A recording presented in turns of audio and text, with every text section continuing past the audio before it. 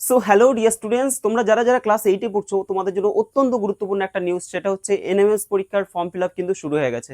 যারা যারা এনএমএস পরীক্ষার ফর্ম ফিল আপ করবে, তোমরা যারা যারা জানো তো খুব ভালো, আর যারা যারা জানো না সমস্ত বিষয়গুলো তোমরা ভালো করে জেনে নাও।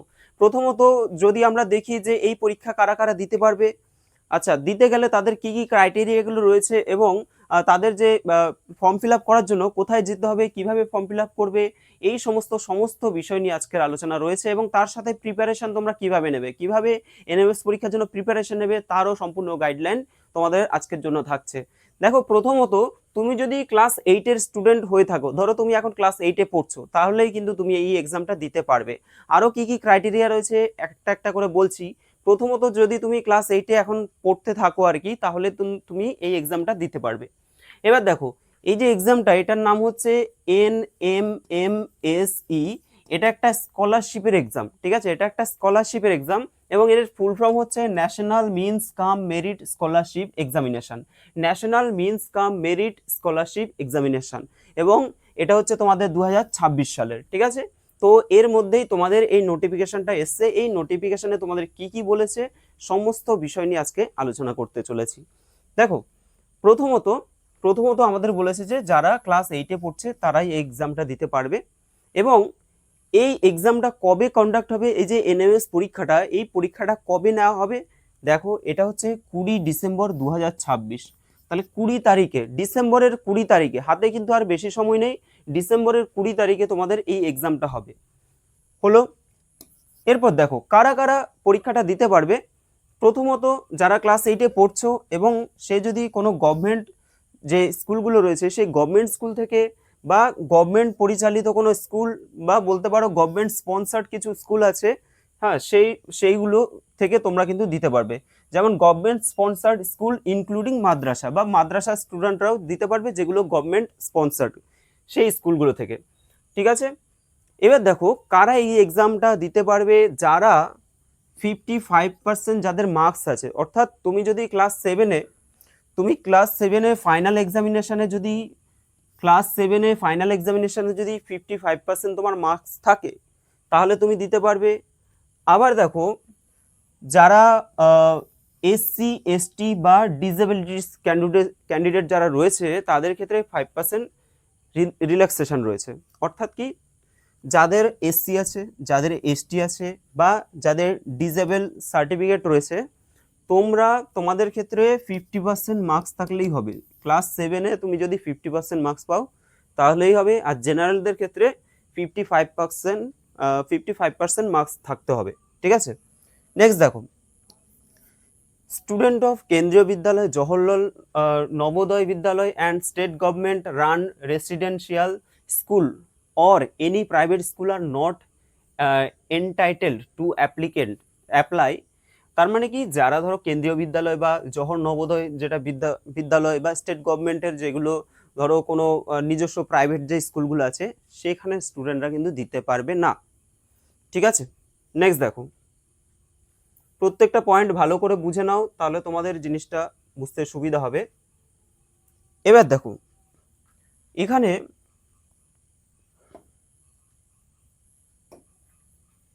এরপর দেখো প্যারেন্টাইল ইনকাম, অর্থাৎ তোমার ফ্যামিলি ইনকাম এখানে কিন্তু চাইছে, যে ফ্যামিলি ইনকাম কত আছে তা সেটা কিন্তু এখানে ডিপেন্ড করছে। দেখে নাও।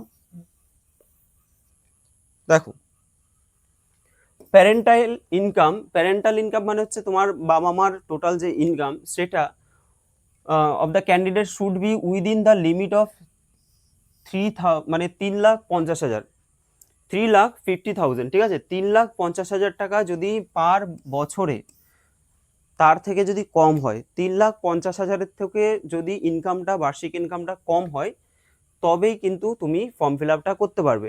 যদি 3,50,000 বেশি হয়, তাহলে কিন্তু তুমি ফর্ম ফিল আপ করতে পারবে না। এবার দেখো, তো ফর স্যালারিজ, যার বাবা মা ধরো গভর্নমেন্ট বা সেমি গভর্নমেন্ট এরকম গভর্নমেন্টের আন্ডারে কোনো একটা ইনস্টিটিউশনে যারা জব করে আর কি, তো তাদের ক্ষেত্রে এই যে 1/4/2025 থেকে 31/3/2026, মানে এই পিরিয়ডের মধ্যে, অর্থাৎ টোটাল দেখো 1 বছর, তোমার 1/4/2025 থেকে শুরু করে 31/3/2026, অর্থাৎ এই 1 বছরের যে স্যালারি স্লিপ সেটা কিন্তু আপলোড করতে হবে। এবং সেই স্যালারিটা যদি তোমার 3,50,000-এর কম হয়ে থাকে তাহলেই সে অ্যাপ্লাই করতে পারবে, বেশি হলে অ্যাপ্লাই করতে পারবে না। আর যাদের ধরো যাদের মানে বাবা মা তারা যদি কোনো রকম গভর্নমেন্ট জব না করে থাকে, তো তাদের ক্ষেত্রেও ইনকাম সার্টিফিকেট দেখাতে হবে। এবং সেই ইনকাম সার্টিফিকেটটা কোথা থেকে নিতে হবে দেখো, সেটাও ওই 1/4/2025 থেকে 31/3/2026-এর যে ইনকাম, সেই ইনকামের পরিপ্রেক্ষিতে যে সার্টিফিকেটটা, সেই সার্টিফিকেটটা কোথা থেকে নিতে হবে দেখো, বলছে যে for any competent authority not below the rank of BDO, executive officer, in case of corporation or municipality area, or from any group A officer। তার মানে কি, তার মানে হচ্ছে যে ইনকাম সার্টিফিকেটটা সেটা কিন্তু বিডিও থেকে নিতে পারো, এদের নিচের র্যাঙ্কে নিলে হবে না, বিডিও থেকে নিতে হবে বা এক্সিকিউটিভ অফিসার থেকে নিতে হবে বা গ্রুপ এ লেভেলের যে কর্মচারী আছে গ্রুপ এ লেভেলের তাদের থেকে, ঠিক আছে, যেমন বিসিএস ক্যাডার যারা রয়েছে ওদের থেকে তোমরা এই সার্টিফিকেটটা নিতে পারবে। তো এই সার্টিফিকেটটা তোমাদের নিতে গেলে দেখবে তোমাদের হয়তো ডাইরেক্ট তোমরা ভিডিওতে গেলে তোমাদের দেবে না, সেক্ষেত্রে তোমাদের পঞ্চায়েত বা পৌরসভা যে রয়েছে প্রথমে তোমরা তোমাদের যে ওয়ার্ড, যদি তোমাদের কোনো কাউন্সিলর থাকে সেই কাউন্সিলর থেকে প্রথমে লিখে নিয়ে যেতে হবে, বা যদি পঞ্চায়েত হয় পঞ্চায়েতে প্রথমে লিখে নিয়ে যেতে হবে, তারপরে ভিডিওতে যাবে, সেখানে তোমাদেরকে সেটা লিখে দেবে, ঠিক আছে। নেক্সট দেখো, অনলাইন অ্যাপ্লিকেশন করার জন্য বলছে স্কুল এডুকেশন ডিপার্টমেন্ট স্কলারশিপ যে একটা পোর্টাল আছে, সেই পোর্টালটা কি, যে ওয়েবসাইটটা আছে সেটা হচ্ছে banglarshikha.wb.gov.in, ঠিক আছে, banglarshikha.gov.in .wb.gov.in দেখতে পাচ্ছ। তো এই ওয়েবসাইটে গিয়ে তোমাদের কিন্তু ফর্ম ফিল আপটা করতে হবে, এবং তোমাদের যে ফর্ম ফিল আপের ডেট সেটা হচ্ছে 28/7/2026, অর্থাৎ জুলাই মাসের 28 তারিখ অলরেডি শুরু হয়ে গেছে, ঠিক আছে, অলরেডি শুরু হয়ে গেছে। তো জুলাই মাসের 28 তারিখ থেকে তোমাদের লাস্ট ডেট হচ্ছে 16/9/2026, অর্থাৎ সেপ্টেম্বরের 16 তারিখ অবধি, কিন্তু আমি তোমাদের বলবো তোমরা এত টাইম কিন্তু নষ্ট করবে না যে ফর্ম ফিল আপ করবো, ঠিক আছে এখনো তো দেরি আছে অনেক, হ্যাঁ বসে থাকি, এই জিনিসটা করবে না। যত তাড়াতাড়ি ফর্ম ফিল আপ করবে তত তাড়াতাড়ি প্রিপারেশনের জন্য তোমরা তৈরি হওয়ার সময়টা বেশি পাবে, বা মনের মধ্যে জাগবে যে আমার ফর্ম ফিল আপ হয়ে গেছে, তাহলে আমি এবার প্রিপারেশন শুরু করে দিই। তো তার জন্য বলছি আগে আগে করে নেবে, বেশি দেরি করবে না।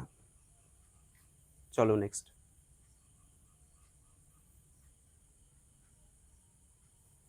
আচ্ছা নেক্সট দেখো, আর তোমাদের প্রিপারেশন কিভাবে নিতে হবে সেই বিষয় নিয়ে আমি সম্পূর্ণ আলোচনা করছি, ঠিক আছে। তোমাদের প্রচুর ক্লাস আমি করিয়েছি এবং তার সাথে আরো করাবো। দেখো পরের পয়েন্ট বলছে যে application has to print the filtered in application from the certificate format to be filled up by the head of the school or institution where she or he is studying and get the certificate signed with official seal by the head of the institution। দেখো তুমি যে স্কুলে পড়বো, তুমি যেই স্কুলে পড়ছো আর কি, বা সেই স্কুলের যে হেড স্যার আছে, যদি হেড স্যার না থেকে থাকেন তাহলে দেখবে সেখানে হেড অফ দ্য ইনস্টিটিউশন একজন থাকবেন, ঠিক আছে। তো তার থেকে তোমাদের কিন্তু একটা সার্টিফিকেট, সেটা মানে যে সার্টিফিকেটটা তোমরা যে ফর্মটা ফিল আপ করবে সেখানে দেখবে সেখানে স্যারের সিল মানে সিগনেচার করা সিল করতে হবে, তারপরে সেটাকে আবার আপলোড করতে হবে। এবং সেখানে কি কি লাগবে, তোমার বাবা মার যে বার্ষিক ইনকাম সেই সার্টিফিকেটটাও তোমাদের লাগবে, এগুলো যারা ফর্ম ফিল আপ করবে তারাই বলে দেবে, এগুলো নিয়ে অসুবিধা হবে না। তারপরে ধরো কাস্ট সার্টিফিকেট, তোমার যদি এসসি এসটি থাকে, ঠিক আছে, তাহলে সেই কাস্ট সার্টিফিকেট তোমাকে দেখাতে হবে, মানে সেটাও লাগবে তোমার। আর যাদের ডিসেবিলিটিস প্রতিবন্ধী যারা আছে, তো তাদের ক্ষেত্রেও সার্টিফিকেট লাগবে, ঠিক আছে।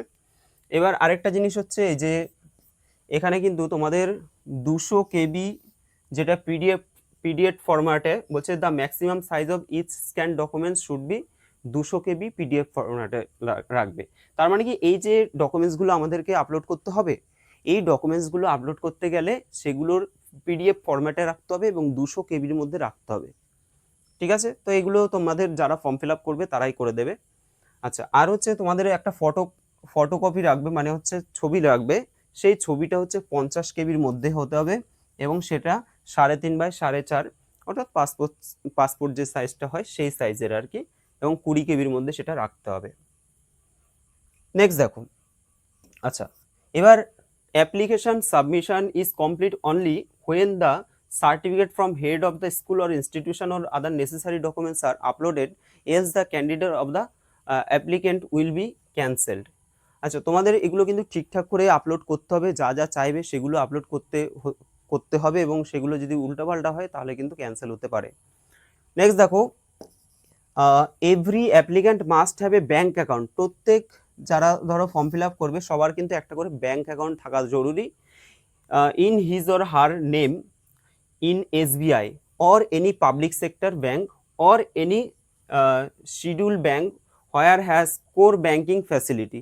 তার মানে তার কিনা একটা ব্যাংক, মানে তুমি যে স্টুডেন্ট তো তোমার একটা কিন্তু ব্যাংক লাগবে, তোমার নামে ব্যাংকের একটা অ্যাকাউন্ট লাগবে, ঠিক আছে? সেটা হতে পারে SBI বা কোনো রকম পাবলিক সেক্টর যে কোনো ব্যাংক হলেই হবে।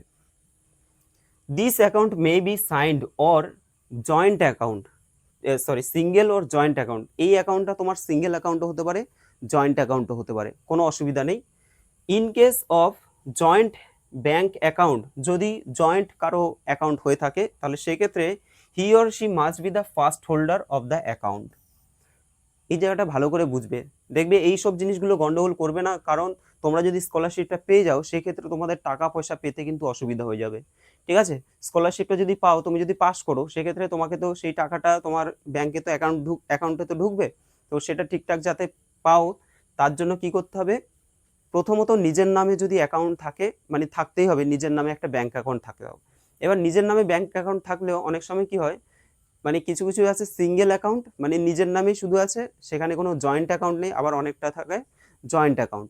এবার যাদের ক্ষেত্রে ইনকেস জয়েন্ট অ্যাকাউন্ট যদি হয়ে থাকে সেখানে কিন্তু তুমি ফার্স্ট ব্যক্তি এবং তোমার পরিপ্রেক্ষিতে তুমি আরেকজনকে জয়েন করলে সেটা আলাদা ব্যাপার, কিন্তু তুমি ধরো বাবা মার জয়েন্ট অ্যাকাউন্টে তুমি রয়েছো, সেটা হবে না। তোমার জয়েন্ট অ্যাকাউন্টে তোমার সাথে আরেকজন থাকবে, বাবা মা থাকবে, সেটা হবে, সেটা অসুবিধা নেই, মানে তোমাকে এখানে ফার্স্ট প্রায়োরিটি দিতে হবে। আচ্ছা এরপরে দেখো, মানে তোমার নামটা ফার্স্টে থাকতে হবে আর কি, ফার্স্টে বলতে অ্যাকাউন্ট তোমার নামে থাকবে। If the applicant have Aadhaar cards, যদি অ্যাপ্লিকেন্টের যে অ্যাপ্লাই করবে তার যদি আধার কার্ড থাকে, the bank account which they will mention in the online application, তো অনলাইন অ্যাপ্লিকেশান করতে তোমাদের যে ব্যাংকের নামটা তোমরা লিখবে, ঠিক আছে, must be seeded with their Aadhaar card and will mention the same in the space provided in the said application.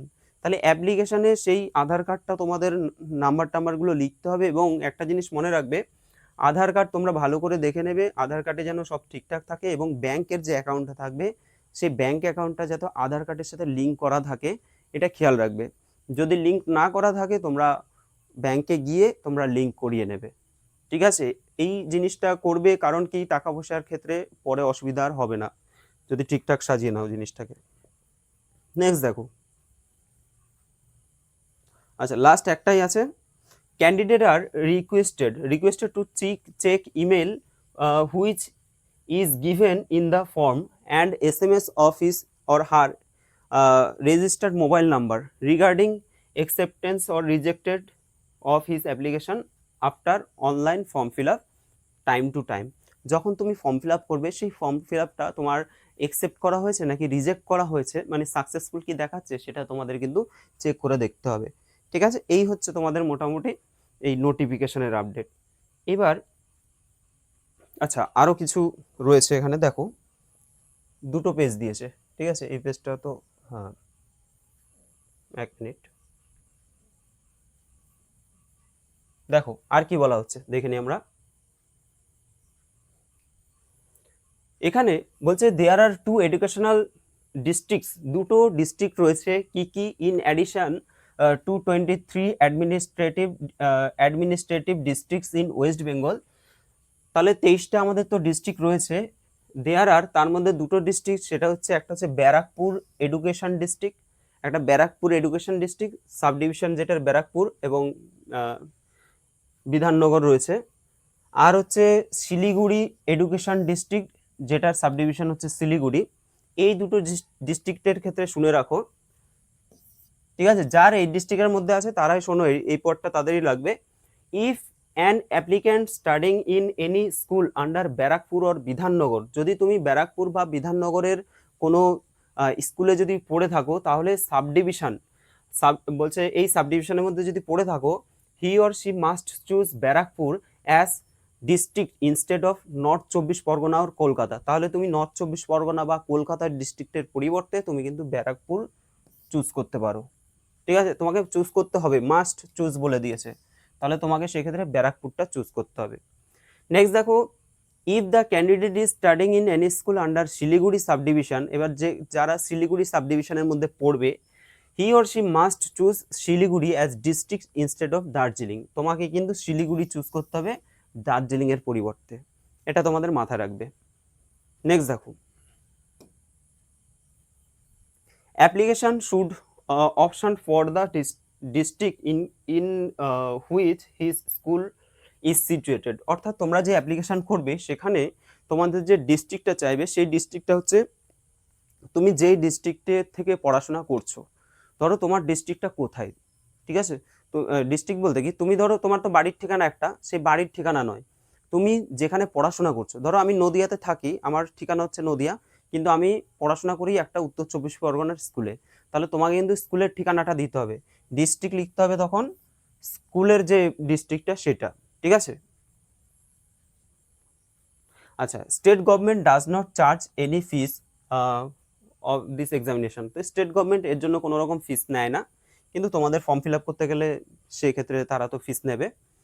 Next দেখো, the candidate of the applicant may be cancelled any stage of the, আচ্ছা যদি ঠিকঠাক করে কোনো কিছু যদি গন্ডগোল হয় সেই ক্ষেত্রে তোমাদের ক্যান্সেল হতে পারে, এটা বলছে।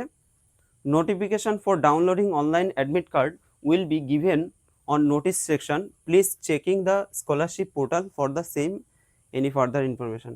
আচ্ছা নেক্সট দেখি, এইবার চলে আসছে আমাদের মেন জিনিস, দেখো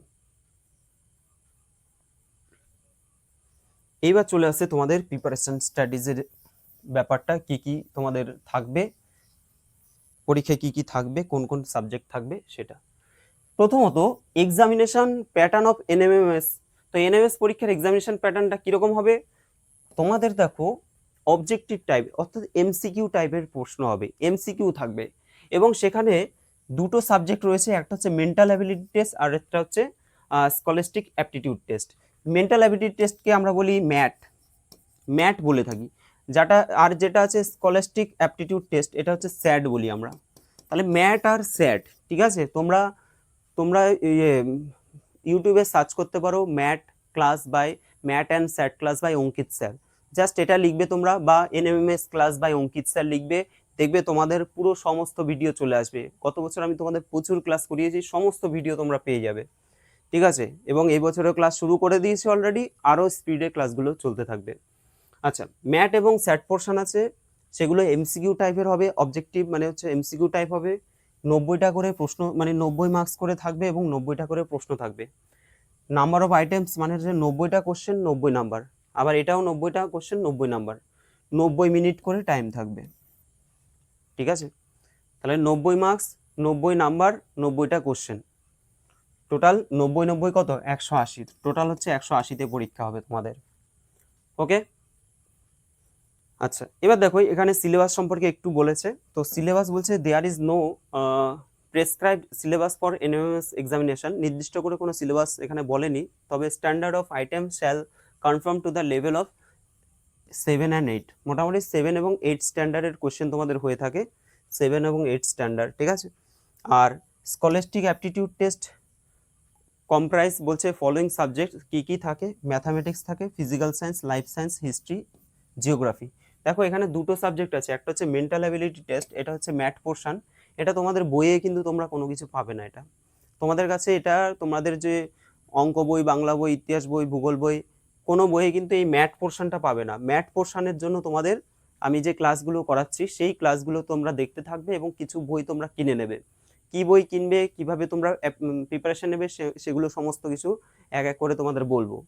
আচ্ছা তাহলে ম্যাথটা তোমরা ওখান থেকে পাবে, আর হচ্ছে স্যাট মানে ম্যাথটা আমি বললাম যে ভিডিও দেখতে হবে তোমাদের, তাছাড়া তোমরা ওগুলো ঠিকঠাক পারবে না। আর স্যাট যেটা আছে, স্যাটের ক্ষেত্রে সেখানে ম্যাথামেটিক্স থাকে, ম্যাথ ধরো 20 নম্বরের থাকে, physical science, life science, history, geography, এই সমস্ত সাবজেক্টগুলো স্যাটে থাকে। ঠিক আছে? আচ্ছা, নেক্সট দেখো,